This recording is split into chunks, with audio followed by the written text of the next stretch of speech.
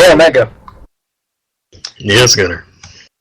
So, what's the weirdest thing that you've ever seen in wrestling?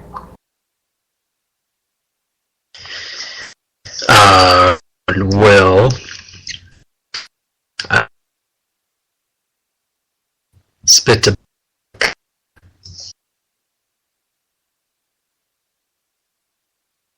Come again, friend. Oh, wait, that was at the, Taylor Swift concert. Oh. Well. That's disgusting. The weirdest thing for me, though, is by large part, is the way that the WWE seems to go to shit after every WrestleMania. So, everything gets shittier after WrestleMania. The feuds get shittier, the crowds get smaller, and we go back into this normal lull of things for the next 8 months, where, you and I complain about wrestling. So let's do that, right? Let's start the show.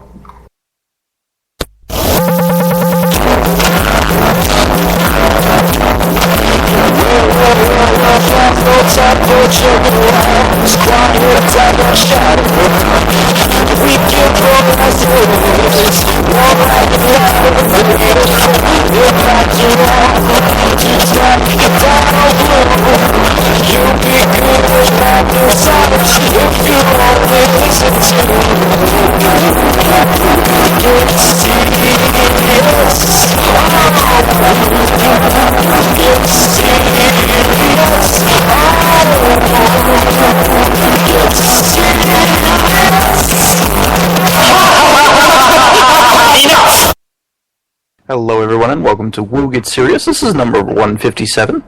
My name is Gunner and that is Omega BR. That tobacco spit reference makes sense if you think about it. Taylor Swift, she has a lot of boyfriends. Yeah, and she's swapping spit like Yankum swapped spit with goats. Speaking of Yankum, there he is, our wonderful technical producer. You keep making fun of me. Maybe I start intentionally fucking things up. Then everything would go perfectly right. I'm just saying. Speaking of things going perfectly right, maybe next week your voice, it sounds like Alvin from Alvin and the Chipmunks. But we already have that, and that's that's the Net Jester.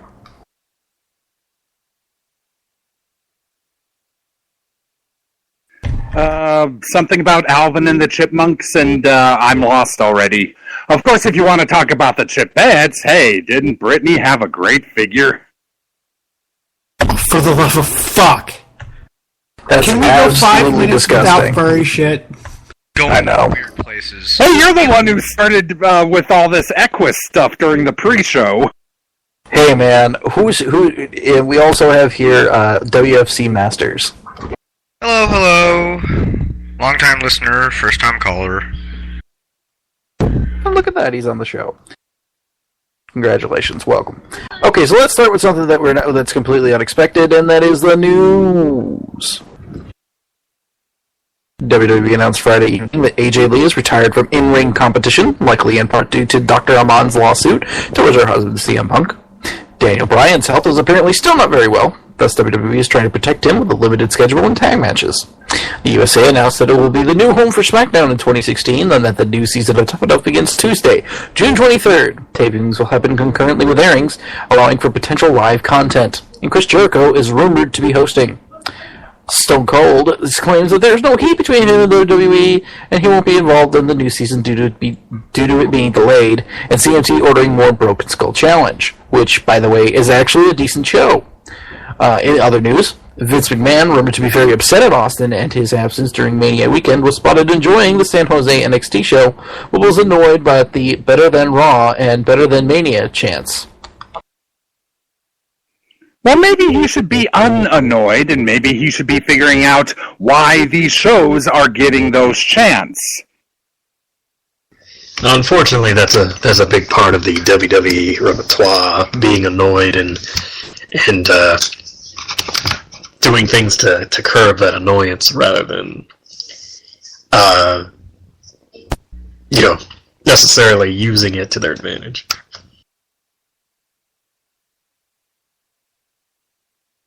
Yeah, it's definitely something that is more of a I'm in a bubble and I'm a Barbie girl in a Barbie world kind of thing. But it's a Vince world and and he's a Vince girl, I guess. Next you'll be saying Vince Grill, and then I'm gonna go home. AJ retiring, it was pretty bound to happen, I suppose, with given everything. And really, you look at the climate of WWE and divas and what it means to be a diva, and even women like Lita and Trish Stratus, who, both Hall of Famers now, were in the company probably about as long as AJ was. What, about 5 years? 5 or 6, yeah. I think Trish was in there longer. I think Trish started in like 97, 98 when she actually started training and coming off of the women's bodybuilding scene. Lita also had a lot of lucha background, seeing that she was in, I think, ECW in like 97 or something like that, and then the early 90s she spent doing lucha, doing stuff down in Mexico. But when I say doing stuff, I mean, well, we all know that story. Oh boy, you're gonna go there already and get us into trouble.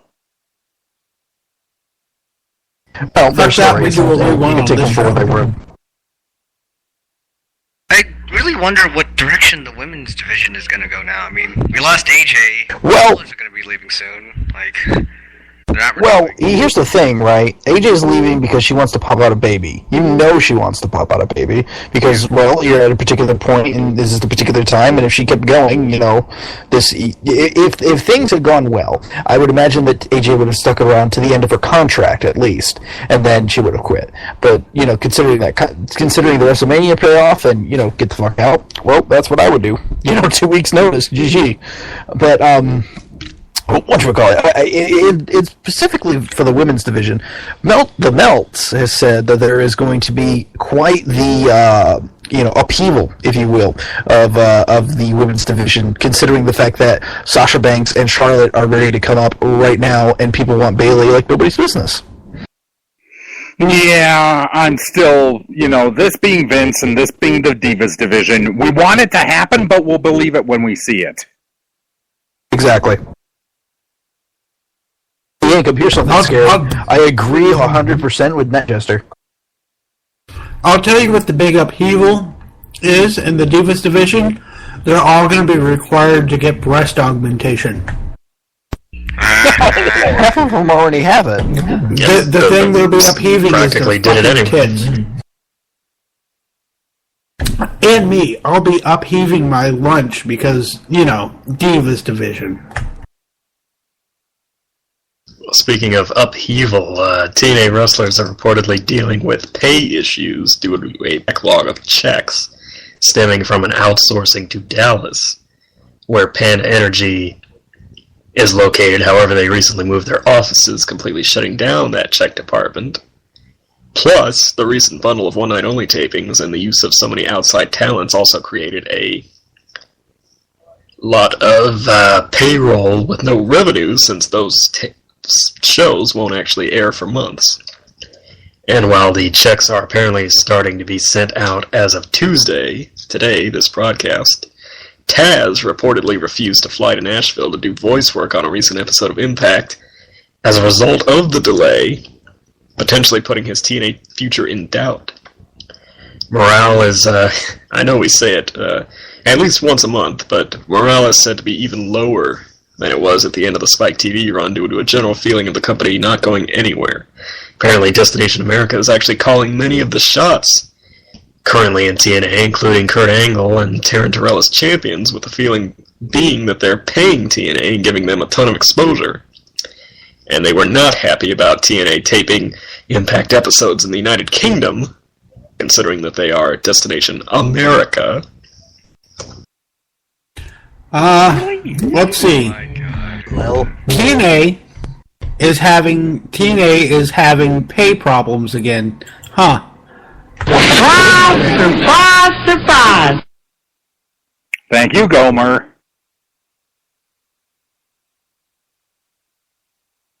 I mean, like, Shocking. nobody should have any reaction to that other than, yep. Business as usual for the folks at TNA. TNA is the shindy of wrestling on television. If you don't know what shindy is, look it up, kids. Is that something like shin rock, where they drop a rock on your shin? I'm going to drop a rock on your shin if you ask another stupid question like that.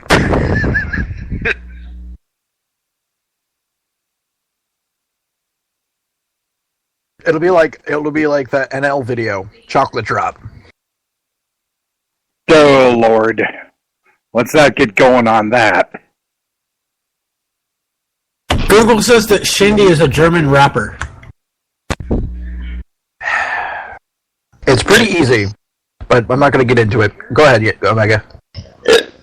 I'm a little bit interested to hear what the wrestler's perspective on TNA is, because you still have independent wrestlers who are joining the company, and it is television exposure, and it is, I suppose, some sort of paycheck that's somewhat guaranteed. But if people, I guess what I'm saying is, if people are denying WWE because they feel they can make more on the independent scene, then what's the benefit necessarily to joining TNA? Because there have been some recent signings. I heard they actually wanted to sign Dalton Castle, but he went with Ring of Honor instead to stick around at ROH. Dalton Castle is the shit, by the way. The shit. Yes, he's very As shitty opposed to in a good way. Yes. But, like, for example, if you haven't been watching TNA, like Mia Yim and Marty Bell are joining. And when Mia Yim joins, I will try to devote a lot more attention to watching TNA. Wouldn't that just basically say that TNA might still be another stop for people that don't make it towards WWE, but they're getting on American television anyway? I suppose. I guess a lot of it depends. I guess Mia Yim, I know she's been doing it a long time, and I guess if she's not getting the look from WWE, then. And by the way, her TNA name is Jade, which is about the most generic and commonly used female Asian wrestling name. I think every one of David McLean's promotions had a Jade. Mia Yim's shown up once or twice on NXT, hasn't she? She might have. Once or Yeah. twice? Now that I think about it, she might have jobbed once or twice, at least once. All right, we're going to move on here. This is too depressing. Paragon Pro Wrestling out of Las Vegas has secured a long-term national television network agreement with POP-TV, the former TV Guide channel, to debut over 85 million homes, reaching more viewers than any other wrestling in the U.S. Their roster includes Jesse Sorensen, Joey Ryan, Gangrel, and current champion Caleb Conley. GFW is partnering with Bandit Lights, the global leader in event and concert lighting, who have done work for UFC, WCW, and WWE, including 16 WrestleManias. AXS TV has extended New Japan Pro Wrestling for an additional 12 episodes, starting in May. CJ Parker left the WWE after realizing he was going to make it to the main roster following 4 years of developmental, and appeared at CZW's Best of the Best event as CJP. Wrestling Inc. reports that WWE has passed on an offering the Briscoes a new deal, partly due to their social media troubles in the past. ROH recently made them as offer for more money, and WWE wouldn't budge on theirs. So, if you want to watch wrestling, and you want to watch something other than, WWE, guess what? You can watch Paragon Pro Wrestling, and we'll check that out. We'll check out that first episode when that airs, because that sounds like a good time. See, that's kind of why I brought up the TNA thing, because now you do have certain people, Global Force, whatever they're doing, and now Paragon out of nowhere on the TV Guide channel of all places.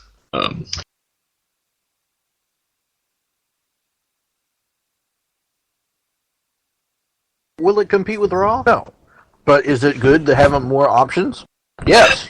Absolutely. Some of the tapings, I believe, are happening in Vegas, aren't they? I live Yeah. I live here, so figure I might attend a couple of those. Why not? Well, certainly let us know how it is. But yeah, it's nobody's gonna dethrone WWE. In fact, part of the reason TNA's been such an up and down failure is because they believe they really could. I think if Paragon kind of carves a niche, especially on a channel that it really is just the TV Guide channel still. They just have new shows that they air on top of the channel guide. So it's exposure, I guess, if you don't have a DVR or the internet or what have you. Or the TV Guide channel.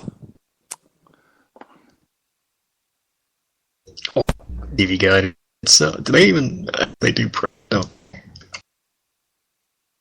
Oh yeah, they still print out the magazine. It's not the little short Reader's Digest format anymore. It's more like a episode of Time or Life or one of the normal magazines. By the way, I heard CJP, as he's called now, get a little raucous showing at CZW coming out in his XT jacket and such. I heard that he cut a damn good heel promo. Is he still working the same gimmick? Yep. Ooh, this is interesting to me. The freaking Environmental Warrior in CZW, where they break open more incandescent lights than... I can't even make a joke there.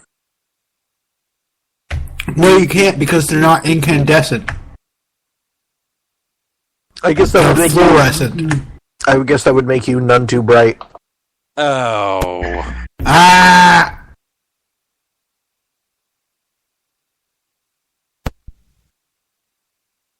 Alright, dead air.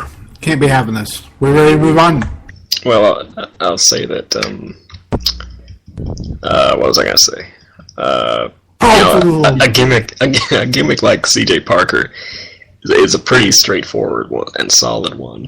But in the WWE/NXT environment, you can't, it's really, if it's been decided you're a jobber, then that's what you're going to be.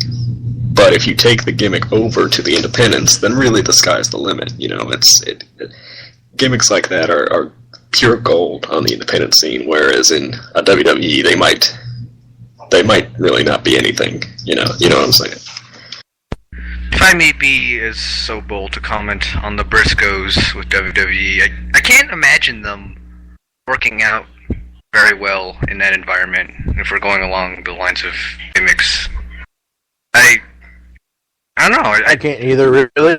I agree with you, because it's really difficult to see them and their Smash Mouth style not getting censored or stifled, basically. By the same token, certain gimmicks you can't necessarily do on the independent. Certain gimmicks, they're popular for, like for example, Damien Miz. As popular as he is right now, the whole Damien Mizdow character is really dependent on the Miz. You know what I mean? It just doesn't make any sense. Why is he still using that entrance song? Why is he still wearing that same ring gear? Well, it makes sense because he's kind of sticking it to the Miz in part, and because he's come his own,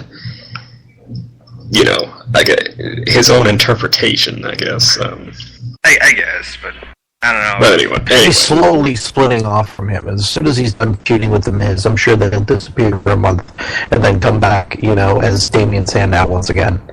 Anyway, speaking of WrestleMania, lousy WrestleMania moments that won't be anywhere. Maybe not lousy, but WWE is hoping to include Ronda Rousey at WrestleMania 32, ideally in a singles match with McMahon, or at least in the corner of Rock as he gets on the blade. Staying in the Undertaker locker room, as did Hulk Hogan and Brock Lesnar. A little bit of roboting there, Omega BR. A lot of A robots. little bit. Yeah, can you take it? I lost Yeah, my go. place. Start at the beginning. We're at Ronda Rousey, right? Yep. Yep. Okay, so WWE is now hoping to include Ronda Rousey at WrestleMania 32, ideally in a singles match with Stephanie McMahon, or at least in the corner of The Rock as he takes on Triple H. Sting and The Undertaker shared a locker room, as did Hulk Hogan and Brock Lesnar. There was less pyro due to strict FAA regulations, as the flight path of San Jose International Airport is above the stadium. Hideo Itami? Hideo. Am I close? Hideo. As in Hideo? Okay, well then it's spelled wrong on here because there's no way you would get Hideo out of that. He won the Battle Royal spot due to the amount of Japanese media in town for Tatsumi Fujinami's Hall of Fame induction. Norman Smiley was said to be the hit of the dance floor during the Mania after party. New Minnesota Stadium in Minneapolis, Minnesota is a big candidate for WrestleMania 33, but Orlando and Philadelphia are also competing. The incident that saw Scott Steiner banned from WrestleMania activities was apparently approaching Hulk Hogan's wife, who didn't really know who he was, at baggage claim and telling her he would kill Hulk Hogan when he saw him. Steiner says that he was merely telling her that Hogan hated Savage and didn't deserve to induct him, and that he didn't threaten her. So, God damn it, Scott. Where's the noise? Play it, Gunner.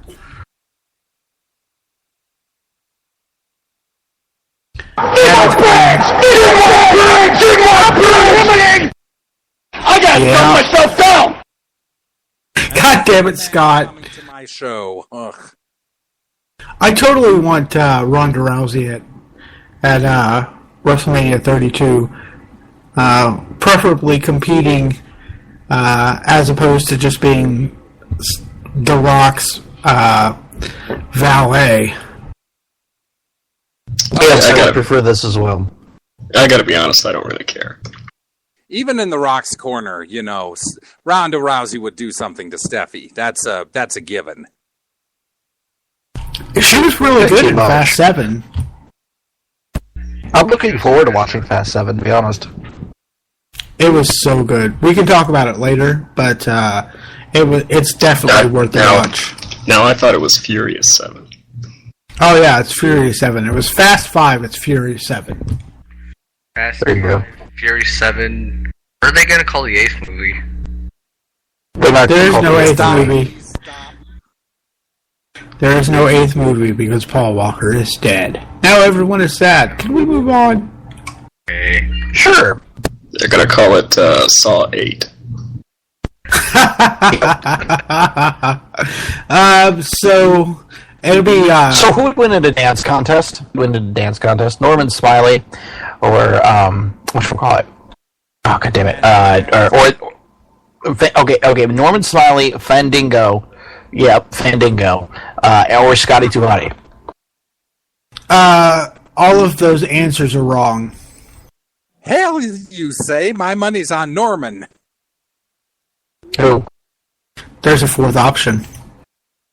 Well, who? I'll give you a hint. His tights are they're like a silvery sequin, and they have bell bottoms. Tyler Breeze? Older. Jericho? Disco Inferno, goddammit! Oh. Oh, right. Jesus Christ, you guys. Sorry. Hey, when was the last time anybody saw Disco Inferno? Come on. Last week. No, Alex, right. Oh, you were correct. Ooh, Alex. well, you are correct, sir. You win. No. What's his name? The cat. I liked Berlin. The cat, yes. No, that's Uh, the trip you receive. just the cat, yeah. You receive a trip to Berlin. Just as long as it's not the Wonder Kid. Can we talk about this? I would not really care to see them in Orlando. Philadelphia would be cool, though. Philly or Stadium? I would think that Minneapolis will get it out of those three. Definitely Minneapolis, but we will see that's a close what stadium, happens. right? Yep, it'll be a close stadium. Yeah, that's what I'm talking about. What I really want is them to go back to Toronto, to be honest, because WrestleMania 18, that was the craziest WrestleMania with the crowd-wise. Yeah, you got to admit that that's fucking nuts. But they probably won't ever do that again. Go back. Anyways. To the Dome. Speaking of things that they won't do again, WWE officials weren't happy with the Wonder Blaze putting over Eric Bischoff and Shawn Michaels using words like wrestler and strap in their Hall of Fame speeches. Zbyszko actually had to improvise after losing his speech in a taxi cab. Kevin Nash wanted to go in under his own name for the opportunities the induction could get him, and feeling that Diesel was one of the worst-run champions in history. Rikishi made it clear that he did not want either member of Too Cool at the event, and Afa was upset that his son, Rikishi's former partner Samu, was not invited. The Anoa'i family, particularly Roman Reigns' father Sika, was reportedly extremely upset Reigns didn't win the main event, and were looking to start a war before being calmed down. Apparently there is a resentful attitude backstage, with many sticking up for Roman Reigns, and spiteful towards the vocal crowd, feeling it was justified last year to give Daniel Bryan his big moment, but that it robbed Reigns of his this year. There are increasing reports of anti-Reigns signs being confiscated at WWE live events. Make your comments, and I'll wrap it up. Well, Go ahead. I don't see how. Maybe some of the younger guys in the back might feel that way about Roman Reigns. But, I mean, anyone who's been there long enough to know better has to see that he's green as goose shit, and he's just not ready yet. Yes, this massive push that they gave him, thinking he was the next big thing. I mean, come on already. I mean, we know we've made comparisons to Cena, but a lot of people thought Cena was much better when he started really getting into hitting his groove. And remember the Rocky Maivia stuff.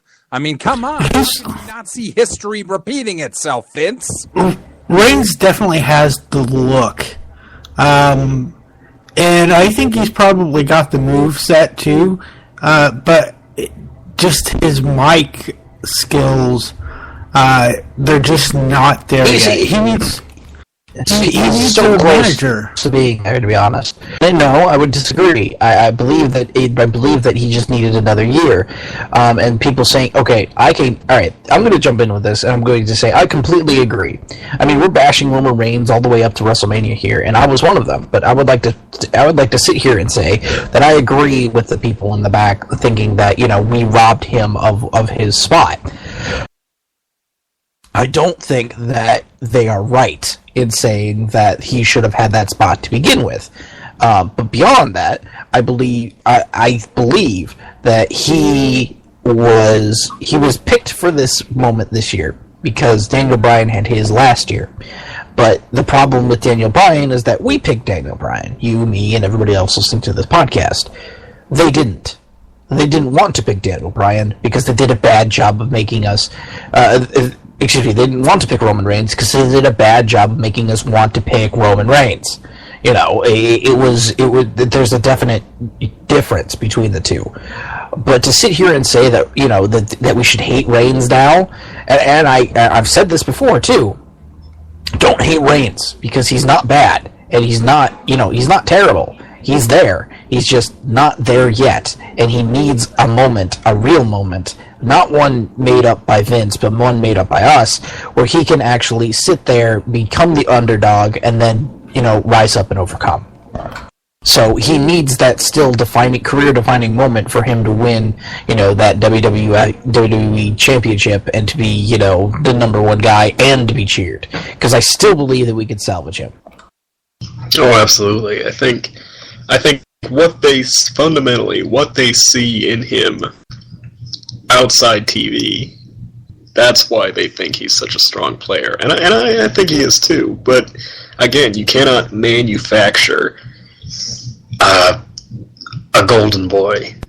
Not, in that respect. I mean, Rocky Maivia was the blue chipper running around with that that goofy neck piece, and people hated him and were chanting "Die Rocky Die," and then he came back as The Rock with the Nation of Domination, and the rest is history. You don't have to do that same thing with Reigns, but you can't manufacture a main eventer in that way. Even Cena himself, they didn't just decide one day that he was going to be the champion for the next 10 years. It progressively became that role, Ultimately, I think what it is, you had, I think part of it, honestly, is that you had Hogan, and then you had Austin, and then you had Cena, and now you need Reigns to be more like Austin in the sense that, he can't just be Cena again with that whole character and that whole... Absolutely, and we believe... Guaranteed to win. We believed that, we believed at one point that Daniel Bryan was going to be that, and then he got hurt. And he's still hurt, as we're talking about it here today. He's not feeling well. He's not himself, relatively speaking, still. And that's scary to me, because he may never be himself, He may never have another time in the sun. But he had his time in the sun when he was supposed to have his time in the sun. And by the way, the whole he's not ready thing, I'm going to tell you right now, he wasn't ready and he's not ready. And you want to know why I can say that? It's because if you have a guy who you want to be the most cheered guy in the company, and instead he's one of the most booed, and he's not ready. And better yet, you're not ready to put him in that position. Just about to say, we need to give him a career-defining moment. Surely a match at Extreme Rules against the Big Show is what he needs to put him over, right, guys? Yep, exactly. Well, I will say one thing. The fact that Show actually chokeslammed him on the taxi, and we saw him, in a moment of vulnerability, and the fact that Reigns, again, that promo wasn't great. But the fact that he brought up things like he was going to retire Show and playing, and I want to believe that was a subtle play on, Show getting those "please retire" chants from time to time and things like that. That's the kind of thing he should be doing. Oh yeah, of course. Because as long as he's doing this, everything's okay. Because we want to see Show be a giant monster and be mean. And we don't want to see him goofy or laughing or being ridiculous. We just want him to be mean, and we want him to kick ass, and we want people to kick ass. And I think that's what they don't get. They want people to actually look good when they're actually kicking each other's ass. I think that's kind of lost. I could be wrong, though.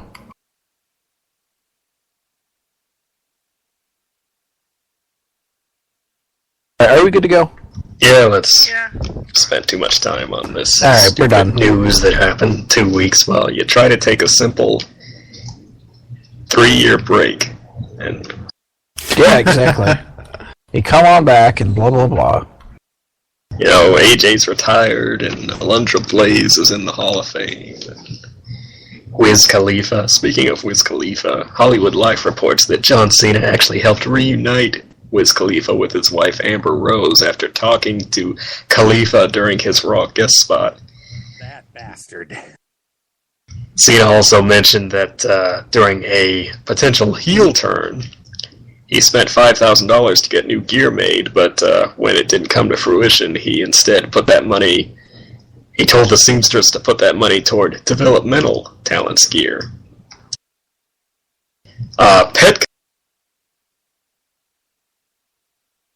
Petco actually has a trademark on Monday Night Raw for Raw Next Level Nutrition.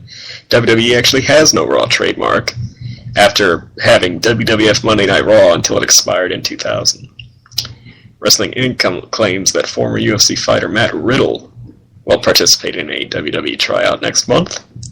Ryan Sakota, Russ McCullough, and Luther Reigns have all filed suit against WWE, alleging negligence toward injuries, particularly head injuries, which Reigns claims there is a code of silence about. And 11 new recruits have reported to the developmental center, a very international flair, including Jessica McKay from Australia, Oscar Vasquez from Mexico, Radomir Bekovic from Serbia, and, of course, indie star Uha Nation. There's I believe there's 8 males and 3 females, and they're from all over the world. Saw a picture of them, and I wish them well, because I really hope that they come up and do something cool. Let's see here. Luther Reigns, yes, the brother of Roman Reigns. I'm struck. I don't know what to say about that. You are welcome. It's just as shocking as John Cena playing, marriage counselor. Or the WWE not actually having a trademark on Monday Night Raw. I'm sure that nobody would question it, really.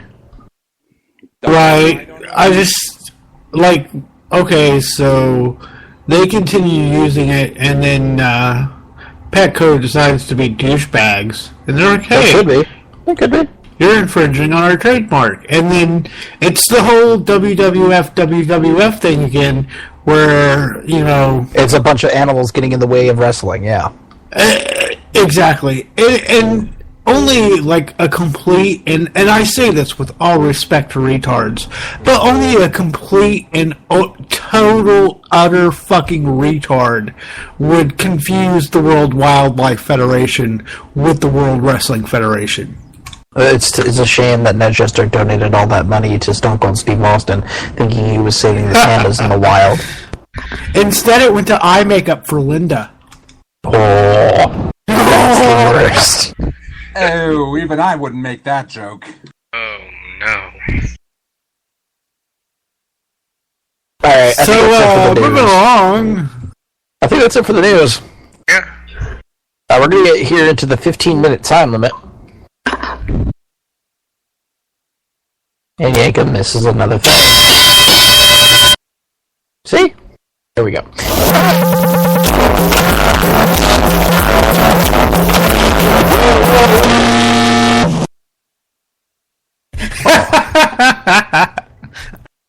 I told you. Dummy. Alright, so 15-minute time limit. For 15 minutes, we're going to be talking about, apparently, that Jericho podcast with Cena, which I did not see. I didn't see it. Did anyone see it? I saw it. I saw parts of it.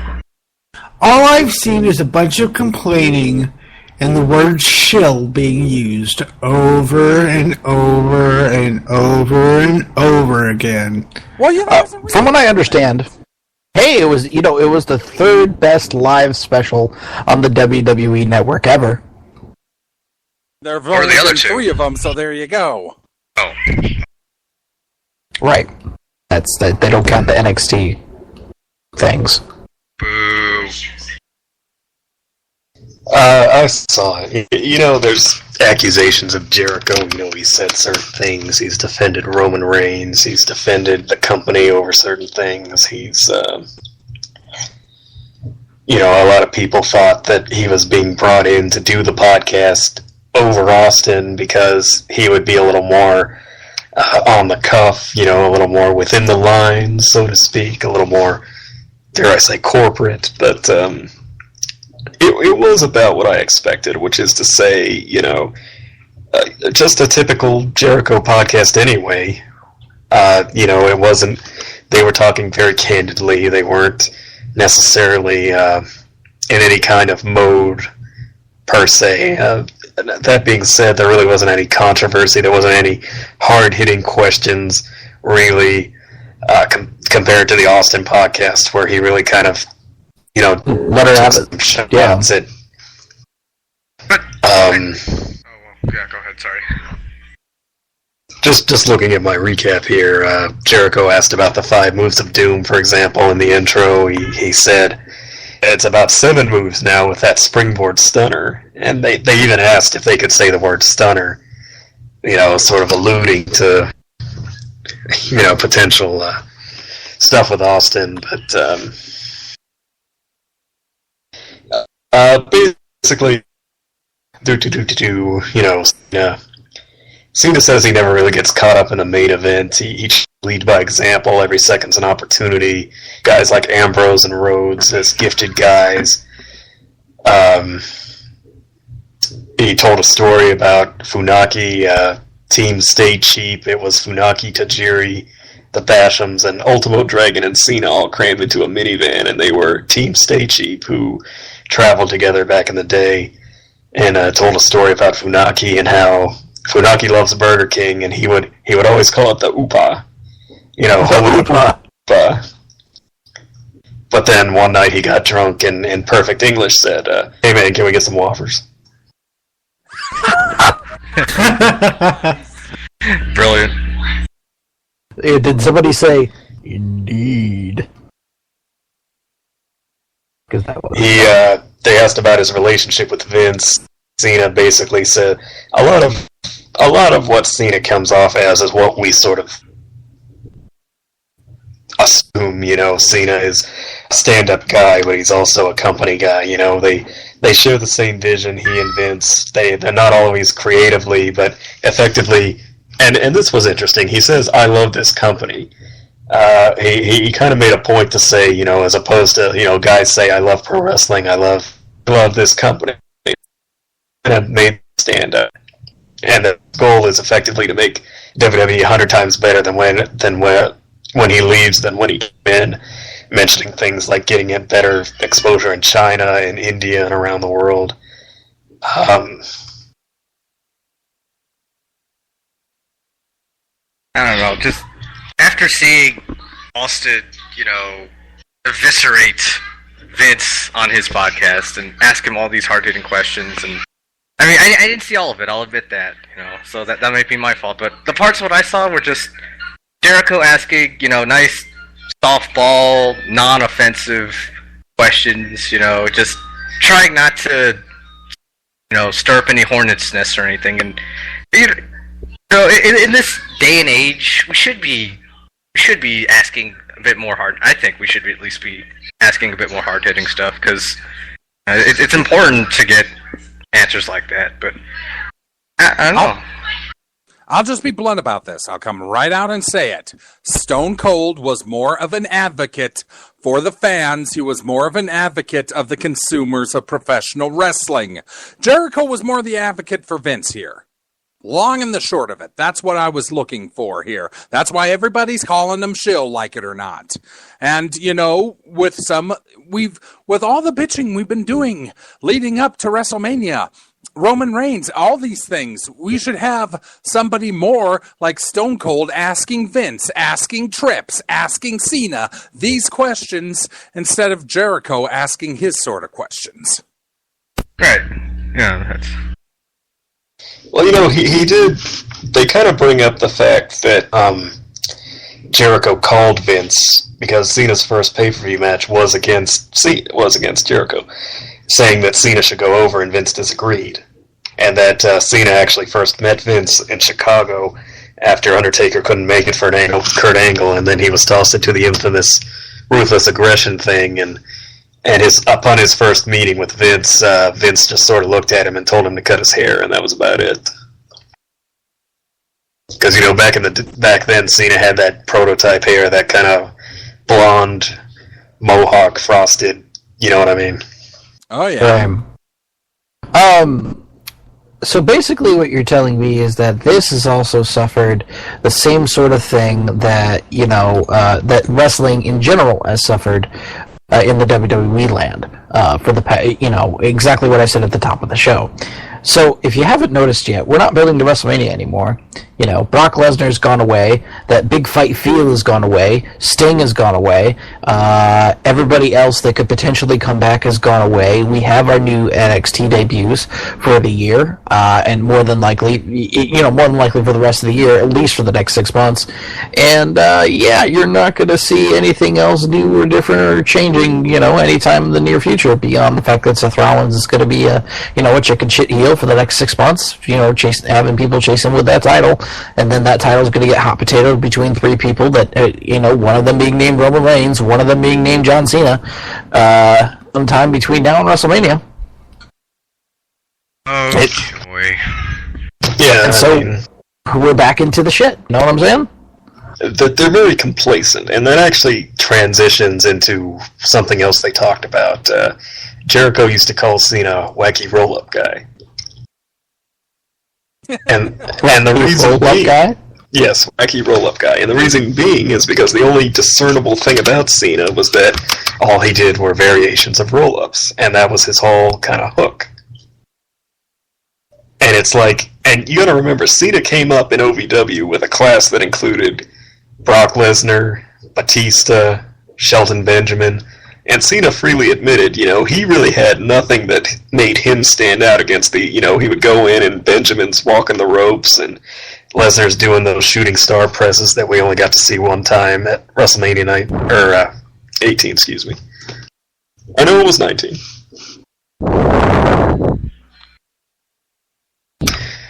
And,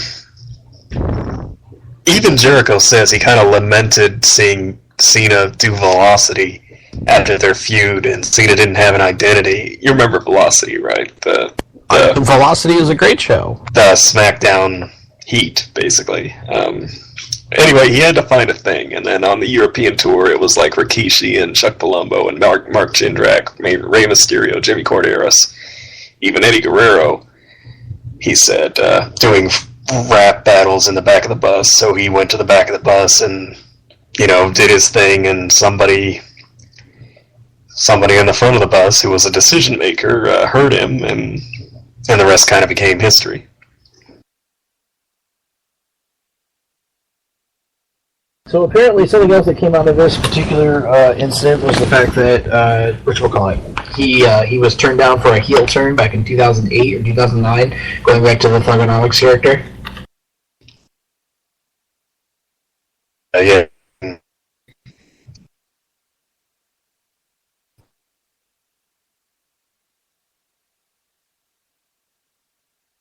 Okay. Said, What the hell was that? That was Omega's mic cutting out. It was, as it has been throughout the entire evening. Oh, I'm sorry. I don't know what it is. It's your internet, bud. Well, let me just say that some of these, we're running out of time here, I'm sure. Hard-hitting questions. Jericho really pushed the steroid issue. Almost to the point of, it really felt like Jericho was asking just so they could make it clear that Cena has never done steroids. And that he's always looked like that, even at 17 when he's, he stayed the same weight in this and that, which, form your own opinion on that. They very briefly brought up, it was Cena who brought up Roman Reigns, saying that he even acknowledged that the company package style, as he called it, is no good. And then he brought up Reigns, and that was all they talked about, Reigns. Did they talk? I heard a Punk mention too. I've seen they brought up how animosity and realism makes it all the more real to them and the audience when you're doing a story. And Cena, I believe, brought up CM Punk, and that was all that was said. They didn't go into detail, but just the idea that the whole feud with The Rock, actually, the fact that Cena called Rock out for having the promo written on his arm and things like that. I remember that. See, that's just another problem with the WWE these days. They don't let the wrestlers do anything natural. Like, you mentioned that story with him doing rap battles. It's like, did you ever hear about stuff forming this naturally on their own anymore? Most of it's just prepackaged, determined. It seems, yes. It seems very micromanaged when you hear about things like Barrett can't do bad news anymore because he's getting cheered, or this heel can't do that because he's getting cheered, and you don't want to. But it sounds exactly like this. It sounds exactly like the shit that they would say. Even Total Divas have hit it on the head. What with Mark Carrana going in and saying, "Oh, you can't do this because you're gonna be this and that." And then they go, "Oh, you're gonna make somebody mad."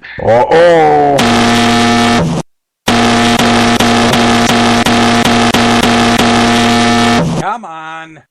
One last thing is basically closes with the idea that, if there's one 8-year-old kid who's cheering him and everybody else is booing, then he's performing for that kid. So basically the idea that Cena is a performer for them, that's what he said. That's basically his identity, is what he says. So, And that's perfectly understandable. yeah, long story short, he's a company man, but for the right reasons. But, All right, everybody, we're going to move on here, and I'm hungry.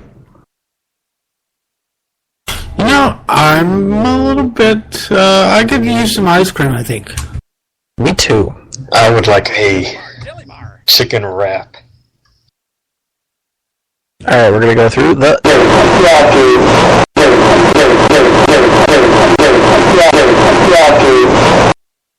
And this week with the ratings... WFC Masters. Oh, it's me. Wow. Been in the hot seat before. Alright, today, with the ratings, we've got, on Impact, drawing about 408,000. Down to 443,000 viewers. Yes. Why, you snoring or passing phlegm over there? Passing phlegm. I'm trying not to laugh. Alright. On SmackDown, we drew 2.631 million, down from last week's 2.74 million viewers. On Raw, this week, we drew 3.665 million viewers, an 8% drop. Last week dropped 26% from about 5.364 million to 3.964 million. The final hour dropped 12%. Oh. All right. And guess what? So basically... We have a sound. We do have a sound effect.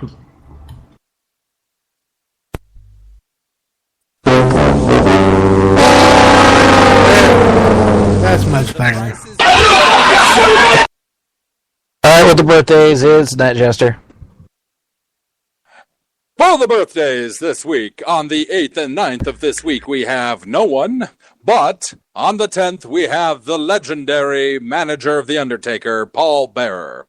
On the 11th, we have the amazing Bill Alfonso, Fonzie himself. Also, the man with the biggest set in professional wrestling, Balls Mahoney. Then the legendary Harley Race, and none other than Gold Dust. Then on the 12th, we have Tony Anthony, and, oh boy, Japanese name. Hang on for a second. Sound it out. Nobu Haiku, Takeda. Takeda, there we go. All right, then continuing on the 13th, we have Rick Bryan and Sexy Eddie and Stan Stasiak. Then on the 14th, we have Brian Adams, Julio Dorino. Is that You ever love a woman? It's Julio De Niro, you fucking idiot. Yeah. Okay. Then on the 14th, we have someone whose name I will never get wrong because I respect her too much, Lita. Then on the 15th, we have... What? Got it wrong. It's Lita. I said Lita. What's the matter You with said Lita. You There's said no leader. D. It's a T. You said leader. He wants a liter of cola. He wants a leader. Hearing checked. On the Can I get a liter of cola? You can lead a horse to water, but you can't make her drink. But you don't have to. You don't have to make her drink. She'll do it every time on her own. Moving right along before we get into any more trouble, on the 15th we have Volk Han. Sounds a bit extraterrestrial to me. We might want to check his passport. On the 16th we have Drake Brewer, Paul London, and one of my favorites from childhood, the amazing George the Animal Steel. On the 17th we have Anissa, Nails, whoever here remembers Nails, and the legendary Rowdy Scott himself, Rowdy Roddy Piper. On the 18th, we have a Universo 2000. On the 19th, we have a Roxy, Maxine, and El Samurai. And I'm not going to read that X-rated one you just wrote in there when you thought I wasn't looking. Also on the 20th, we have Garrett Bischoff and Johnny the Bull. Then rounding out on the 21st, we have Brutai, the Barber Beefcake, and Golda Fish? Really? That's the name of a wrestler? And that's not an entree I had at the sushi restaurant. Okay. And now it is time. You forgot one. No. No, I didn't. What's that one? How do you Harry? Sit heel down. The name that Nedchester is not pronouncing is Harry Cockobig. It's Cock so French. big. It's French. Harry cock so big. And now it is time for This Week in Wrestling with Omega BR. In fact, it is last week in wrestling, circa 1945, where Dean Denton defeats Vincent Lopez for the San Francisco Pacific Coast Heavyweight title in San Francisco, California, beginning Denton's 6th reign and ending Lopez's 2nd. Jump to 1964, where Nev Maivia defeats Hard-Boiled Haggerty to win the NWA Hawaii Heavyweight title in Honolulu, Hawaii, beginning his 4th reign. And in 1976, Fishman defeats Blue Demon to win the NWA World Welterweight title in Mexico City, Mexico, ending Demon's 2nd reign. As a result, Fishman's Mexican National Welterweight title was vacated.